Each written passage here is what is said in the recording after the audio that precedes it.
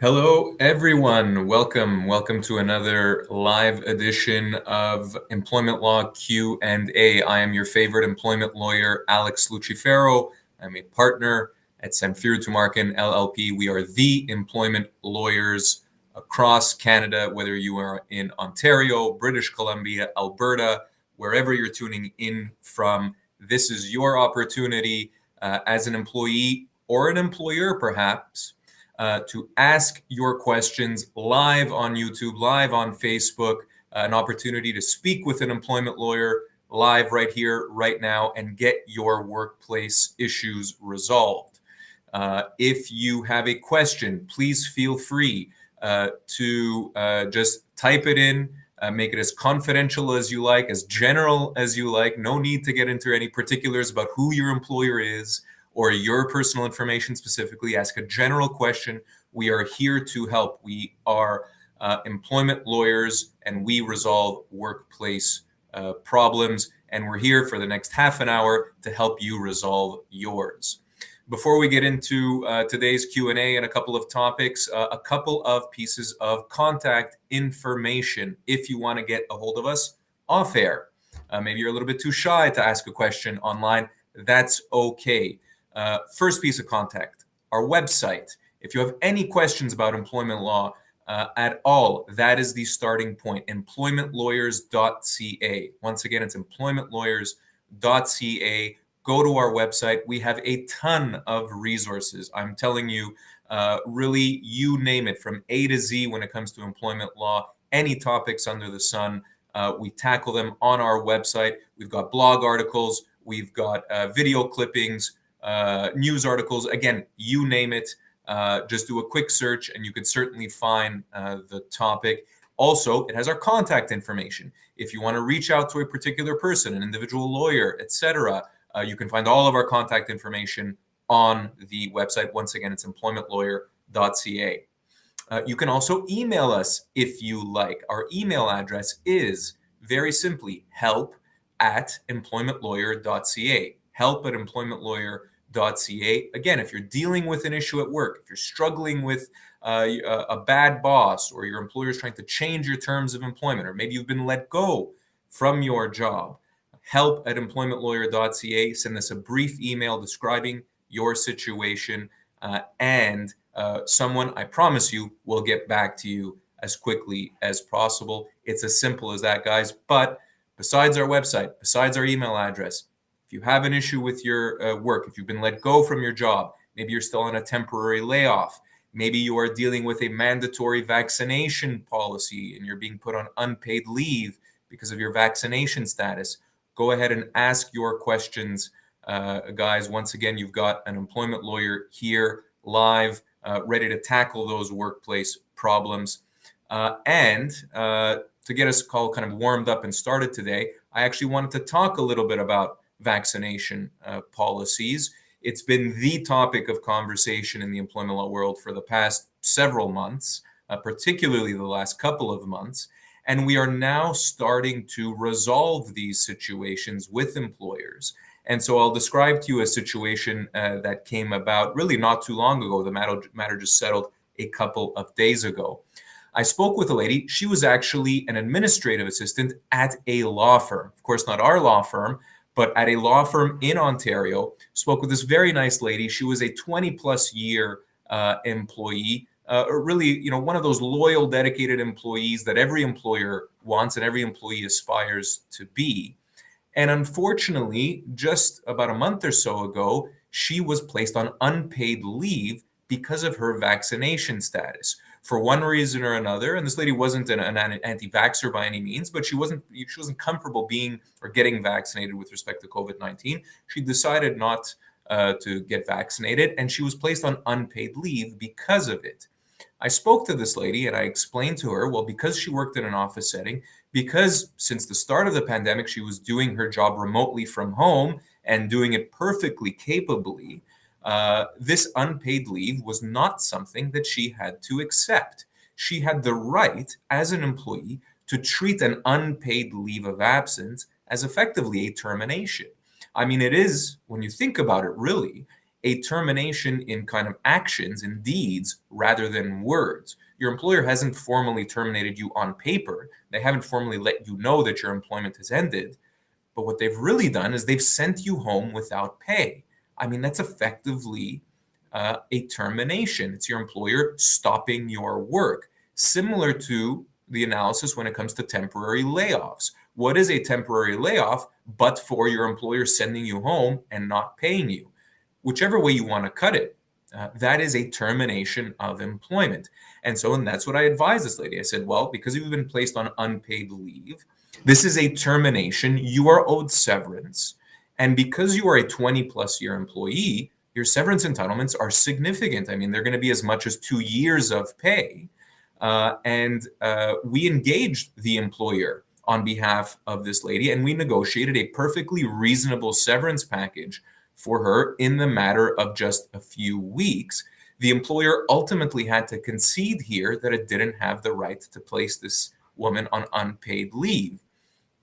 And, this is just an example, just a case that illustrates that employees have more rights in the workplace. They have more options than they would otherwise think or know. And that's why when you're in this kind of situation, when you've been placed on unpaid leave, if you've been temporarily laid off, or if you've just been let go from your employment out and out, it's important to speak with an employment lawyer as quickly as possible. You may have rights, you may have options that you just don't know about. And that's exactly what happened to this lady. She wasn't sure whether the employer was allowed to place her on unpaid leave or not. She just had a question. She wanted to know what her rights were. And it turned out that she was owed a significant severance package. So again, if anyone is dealing with any one of these kinds of situations at work, if your employer is changing the terms of your employment in a significant way, don't just assume that your employer is allowed to do it. Don't just assume that you have to accept whatever it is that your employer says. You have the right to seek out legal advice from an employment lawyer, and do be sure to give us a call and ask those questions of us so that you know what your rights are, so that you're armed with that information, with that knowledge. So just a little bit of of an example, guys, of what we do on a daily basis for employees. With that out of the way, let's get started with the questions. It looks like there's a good amount of them already, and I appreciate that. Keep them coming, guys. I will get to all of your questions, I promise. First one out the blocks is Mark. Mark, thank you for the question. He asks, if I'm given working notice by my employer, do I have to work that full notice period to get severance, or can I leave? Excellent question, Mark. The answer, in short, is you do have to work the notice period if it's been provided as actual notice. And so if an employee resigns during a working notice period, that will likely be considered to be just an ordinary resignation, which means you walk away from your severance entitlements. Of course, it's not an ideal situation. You want that severance as an employee, and so it means that you should probably stick it out if you can. To be a little bit more technical with the answer, Mark, there are some rules in Ontario, at least, and I don't know which province you're in, but in Ontario, if you've been given working notice under the Employment Standards Act, that is the legislation in Ontario that governs minimum employee protections and standards, if the notice you've been provided is under the ESA, or the Employment Standards Act, and it's effectively a week per year of service, you may have the option of resigning during that period of time, and you would still be owed your minimum severance entitlements under the Employment Standards Act. Now, this is not necessarily a guarantee, Mark. It depends on the size of the company. And again, it depends on how much notice you've been given. But you may still be owed some minimum entitlements in the situation you described. You will not be owed your full severance entitlements, which I was describing before, can be as much as 2 years of pay, and based on your age, position, and years of service. So, Mark, very delicate situation. If you do resign, you might be walking away from thousands and thousands of dollars, not a situation, not a risk you want to be in or want to take. And so you need to speak with us. You need to reach out with one of us. Let's have a chat. You can contact me offline or contact our team offline, and let's set up a private confidential consultation and really get into the nitty-gritty of your situation. You have our contact information already, Mark. Give us a call or send us an email. We'd be happy to help. I think you need advice in this situation. Deborah asks, do you represent union employees? Deborah, unfortunately not. We can only represent, this is not of our choosing, to be clear, but we are only allowed to represent non-unionized employees. If you're a unionized employee, your legal representative by law is your union. No private employment lawyer can assist a unionized employee. You are bound by the terms of your collective agreement and bound by your union. And unfortunately, unions provide a number of benefits. Don't get me wrong. Usually better pay, usually better benefits, job security, etc. The one problem with unions is that you live and die by your union and by what they decide. You cannot go outside of that union representation when it comes to severance or when it comes to any other issues in the workplace. But thank you for the question, Deborah. Susan asks, are you seeing many people approach your firm to inquire about how one might bring action against their employer for the violation of their charter rights? Susan, we are to some degree, but unfortunately, well, for better or worse, quite frankly, we cannot assist when it comes to a charter challenge. A charter challenge can only be brought against a government. And so you cannot bring a charter challenge against a private entity like an employer. And so we've been certainly asked that question before from employees, but the answer is always no, that is impossible. You cannot bring a charter challenge against an employer, and so it's simply not possible. In the context of these vaccination policies and employers kind of enforcing them very, very strictly, we have had issues of human rights concerns. So in a case where a policy violates an employee's human rights or their rights to be free from discrimination, for example, on the basis of disability or on the basis of religion, that is something that is actionable against an employer. But that is not a charter challenge, Susan. It is a human rights challenge or a potential human rights violation. Hope that helps. Angelo asks, yesterday I got fired for no reason. They just let me go because I called the police. Do they owe me a severance pay? I worked for them for 7 months.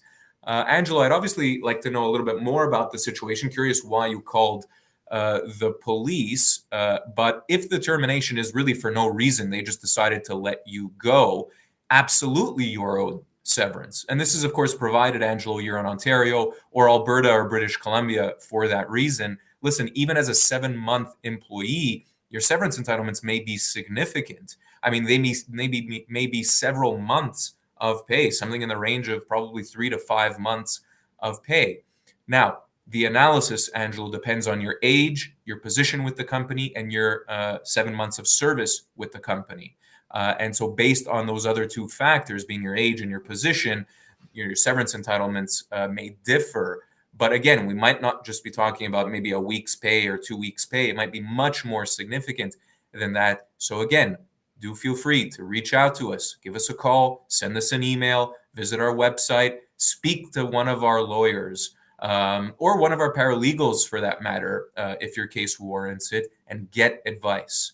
Don't just walk away from your employer. Don't just sign off on anything that they put in front of you. That is the wrong move. You could be leaving tens of thousands of dollars on the table. You need advice. Even if it's very brief advice, you need an employment lawyer to guide you, and that is what we are here to do. So don't be shy, Angelo, to reach out. Susan, again, Susan is lighting up the chat with your questions. I love it, Susan. I want to get to everyone else, however, so I'll try and keep these brief. Susan asks, if someone is placed on unpaid leave by their employer and does not wish to file a wrongful dismissal termination case, what are their options? Good question, Susan. The answer is you don't have many options unless you're willing to fight this unpaid leave. And fighting it means either trying to engage in negotiations or commence a claim for severance or termination. Then really your only other option is to either accept the unpaid leave and wait and see what your employer does. Your employer may call you back to work. They may end up letting you go at some point in the future anyways, and then you're back to square one. Or alternatively, I guess the other option would be to resign your employment. I don't think that's a great idea either, quite frankly. So I have to say your options are limited. If you don't agree with the unpaid leave, then you have to pursue it. Otherwise, you're effectively in the hands of your employer, and you'll have to wait and see what it is they decide to do. Susan, again with the follow-up, have you seen cases where an employee is not entitled to EI benefits if they've been placed on unpaid leave and ended up severing ties with their employer? Well, at least in Canada, Susan, Service Canada and the federal government have taken the position that if you are being placed on unpaid leave, or if you are being let go from your employment because you have not complied with a vaccination policy, you are not going to be owed employment insurance. That is the general position that they've taken. And it's a very difficult one for employees because not only have they been placed on unpaid leave or let go from their jobs without severance, but they're also not going to be receiving employment insurance as a result. And that puts employees in a catch-22 when they might, or catch-22, they might not be receiving employment insurance and they might have no income coming in. It's another reason, Susan, quite frankly, why you should be pursuing your severance claim in that kind of situation. Marianne asks, I'm facing unpaid leave on December 31st because of a vaccination policy. You permanently work from home. Is constructive dismissal the only avenue to fight this, or can we fight to be reinstated to our job with back pay? Marianne, excellent question. In some circumstances, we have actually proposed to employers, and particularly in your situation, Marianne, where you've been working from home this entire time, and maybe even permanently, maybe it was even pre-COVID, we have had conversations with employers about returning these employees back to work. Now, keep in mind, Marianne, it takes two to tango. Your employer has to be willing. They have to agree to have an employee back to work. Again, even if it's remote work, you cannot force an employer to have you back. You cannot physically force them to either undo, to change the vaccination policy or to recall you back to work. So if an employer is not willing to play ball in that respect, your only avenue becomes one of severance, becomes one of pursuing your severance entitlements. I should say, Marianne, in a lot of these cases, employers are realizing that they have a degree of risk and liability here, realizing that their position isn't the strongest when it comes to these vaccination policies. And so some employers are playing ball and either returning employees back to work or negotiating reasonable severance packages. You have to push your employer in this respect and do it with an employment lawyer advising you. Otherwise, again, and as I said to Susan beforehand, you're just going to end up in the hands of your employer and you're going to have to wait until they make a decision with respect to your employment, and it's not a good situation to be in. All right. Another question here from Dr. Zayas. Great handle and name.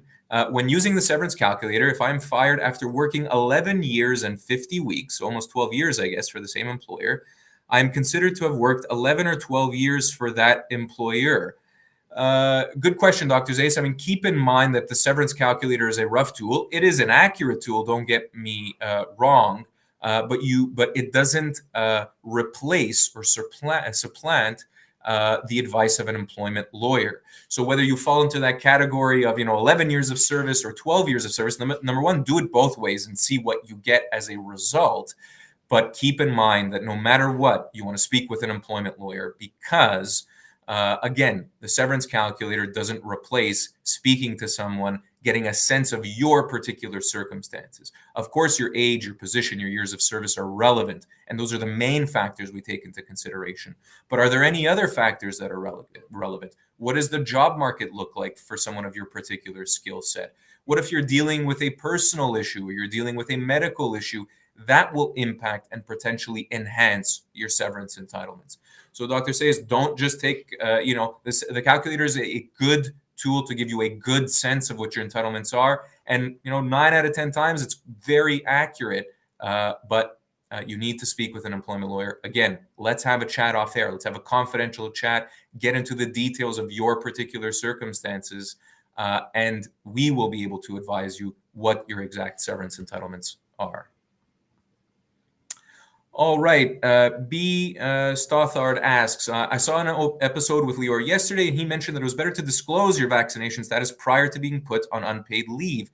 Why is that? Excellent question, in some circumstances, it may be reasonable to disclose your vaccination status because, well, it might be a reasonable question for an employer to ask. In other words, your employer can make, or there arguably should be making, certain health and safety accommodations and putting protocols in place in your workplace, in your job, based on your vaccination status. Your employer might need that information in order to maintain health and safety in the workplace. And so again, it might be a reasonable question. Now, it is context specific, right? If you've been working from home your entire career, quite frankly, it doesn't matter what your vaccination status is. But if you're actually in the workplace and your employer is asking you for your status in order to make decisions, generally speaking, with respect to maybe how your workplace is structured,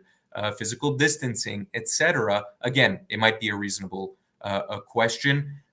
It is much more advantageous for an employee to fight an employer on the issue of, let's say, unpaid leave, or terminating an employment based on their vaccination status. You have much more of an upper hand as an employee fighting a battle like that, rather than fighting the battle of whether it's reasonable to disclose your status or not. That is a much more risky fight to take on as an employee, and so that's likely why Lior didn't recommend it. Now, again, this advice, guys, is very context specific. Depends on your particular workplace, depends on your specific role, whether you're unionized or not, et cetera, et cetera, et cetera. And so, again, you want to be receiving independent, individual advice from one of our employment lawyers.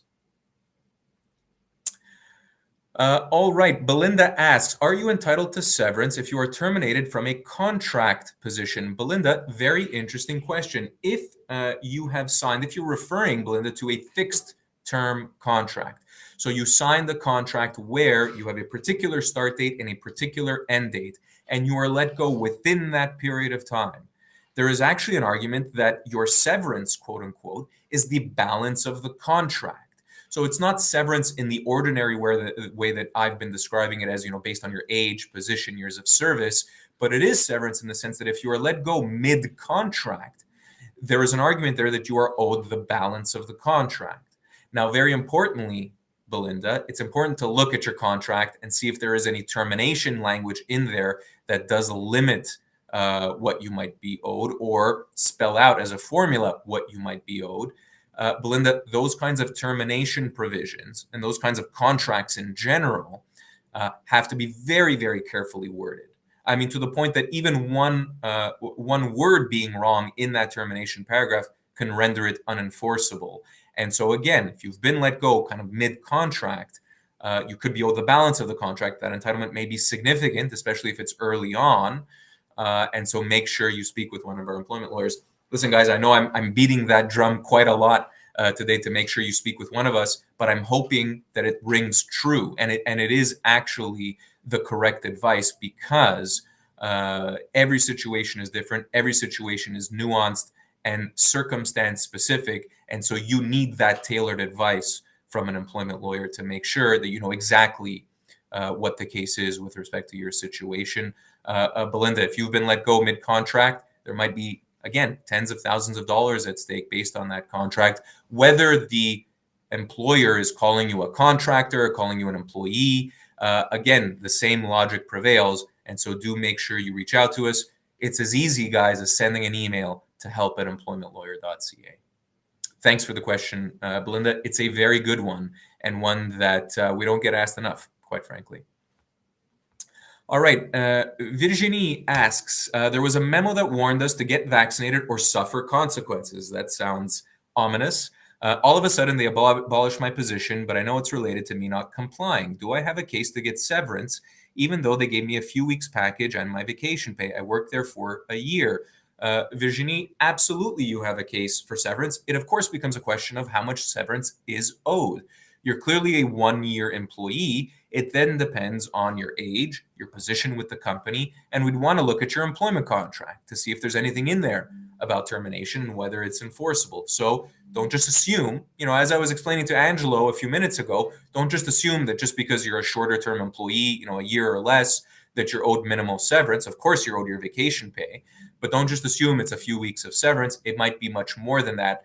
And listen, ultimately, that severance is going to be owed, Virginie, and the severance analysis of age, position, and years of service is going to be the same regardless of the reason for termination. So ultimately, and I know this might not kind of feel fair or feel particularly professional or ethical, but whether it's related to your vaccination status or whether it's related to another reason, at the end of the day, the severance analysis doesn't change. And so again, I hope you haven't signed off on the severance offer of just a few weeks. Use our calculator as our previous questioner did. Use our severance pay calculator. It'll give you a sense of what you're owed, and then speak with one of our employment lawyers. We will be able to give you tailored advice on what your severance entitlements actually are, and do that before you accept any kind of deal or offer from your employer. All right. I love the questions, guys. We've got about 5 minutes left. I will make sure to get to every one of these, although they might be a little bit more rapid fire given the time that we have. So JC asks, should you ask for things such as benefits to be put in writing when getting a new job? I know Lior mentions he prefers when there's no contract, but I figured the things employers off right now. JC, Lior's right, and generally we give this advice all the time, which is you actually have better protections as an employee when there is no employment contract, or when your employment contract is very, very basic. So, it's an offer letter. Here's your position, here's your pay, here's your benefits, here's your vacation. Congratulations, you have the job. That's perfect. And if that's what you're looking at, JC, by all means, sign off. But if there are things about termination, if there are things about temporary layoffs or about changing your terms of employment, those are all red flags. And you should be very careful signing an employment contract like that. Listen, you want to put the benefits in writing? I have no issue with that, right? If we're talking about health benefits and coverage, by all means, go ahead. The proof is in the pudding, in the sense that if they put you on the benefits plan and you're currently enrolled in benefits, I mean, that's an implied term of employment right then and there. And for example, if they try and take away those benefits, you would have rights as an employee in a situation like that. Brendan asks, how long does IDEL being extended affect any potential severance from someone who is still temporarily laid off? Great question, Brendan. This happened just the other day, unfortunately, in Ontario, at least. For all of you listening in Ontario, the provincial government has extended what they're calling this infectious disease emergency leave. It's basically COVID temporary layoffs. And they've been extended until July 2022, so for another 6 months or so. It's unfortunate because that information is very misleading. You don't have to accept a temporary layoff as an employee, even if it is related to COVID. And so to answer your question, Brendan, how does it affect it? It probably means that for those employees that are still temporarily laid off because of COVID, you probably want to act now. Unless for one reason or another you want to accept this layoff and you're okay with being laid off until July, which is absolutely wild. It's going to be more than 2 years at that point in time. Then you should be acting right now. For those of you currently temporarily laid off, you need to act right now and negotiate your severance package with your employer. Otherwise, you can be on this unpaid leave, this temporary layoff related to COVID for the next 6 months. It's absolutely unreasonable, and do contact us if you're still on temporary layoff. Let's get that conversation going with your employer and get you the severance that you're owed. Wrapping up, guys, I'll take another minute or two to answer these last couple of questions if I could squeeze them in. If you do not agree, this is Eric. If you do not agree with your new policy at work, forcing you to test twice a week when you're working from home, even when you're on vacation, and they're putting you on unpaid, can you get unemployment? What are the costs of legal advice and trial if necessary? Interesting one, Eric. I mean, if you're working from home permanently, I see no point in an employer testing twice a week. I mean, that sounds counterintuitive and just a waste of tests, quite frankly. I could understand if your employer is wanting you to test before going into work. And actually, I ultimately think that would be a reasonable health and safety measure, health and safety policy. And there have already been a couple of decisions coming out of unionized workplaces that have said so already. So, Eric, if your employer is asking you to test before coming into work, that might be an uphill battle for you. That might be a reasonable measure. But to just test and continue working from home, again, makes no sense. And if you've been put on unpaid leave for that reason, that is a problem. And it's a problem you probably want to tackle. If you could be working from home and earning money, there's no reason why you should be being placed on unpaid leave. Listen, the advice initially is typically free. I mean, not every single case. There are some exceptional cases, but more often than not, much more often than not, to all of our viewers out there, we are able to schedule free consultations. And so, again, do reach out to us, send us an email, or give us a call, or send us an email directly, and we can determine whether we can set up a call to have a chat. We will wrap it up there, guys, for this afternoon. Thank you, everyone, for watching. I hope I was helpful. Even if I was helpful in just the smallest of ways, then I've done my job. Again, my name is Alex Lucifero, employment lawyer, managing partner with Samfiru Tumarkin, LLP. Have yourselves a good rest of the day, everyone, and happy holidays to all of you. We will talk soon. Take care.